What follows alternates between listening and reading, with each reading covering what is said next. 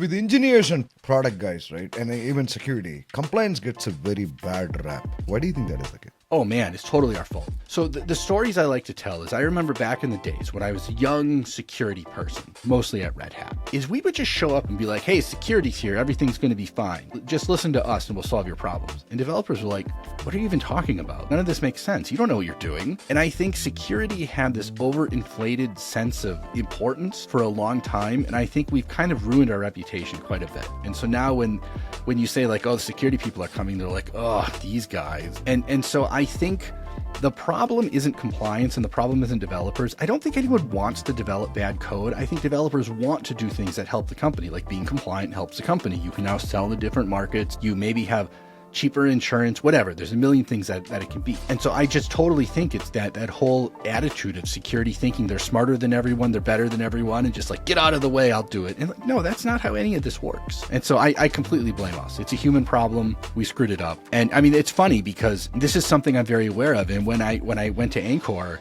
you know, I'm like hat in hand all the time when I go try to talk to someone. And so I'm like, okay, here's what I see. You tell me, does this make sense? Are we doing the right thing? In our yearly compliance training or our yearly awareness training that I put together, which I do it myself because all the awareness training I found just infuriated me. And I'm like, screw it, I'm doing it on my own. And basically I keep pointing out, I'm like, look, if something happens, just come tell me. I'm not going to yell at you. I'm not going to make you feel bad. I promise you. That is some security people you may have worked with in the past. I am not going to do that. And I try my best to be as approachable and polite as I can. I tell people, if you're buying your parents a computer, you can ask me for advice and I will help you. And a bunch of people have done things like that where, you know, they'll come ask me like, oh, hey, I need a password manager for home. My kid's going to college. What kind of stuff should I do?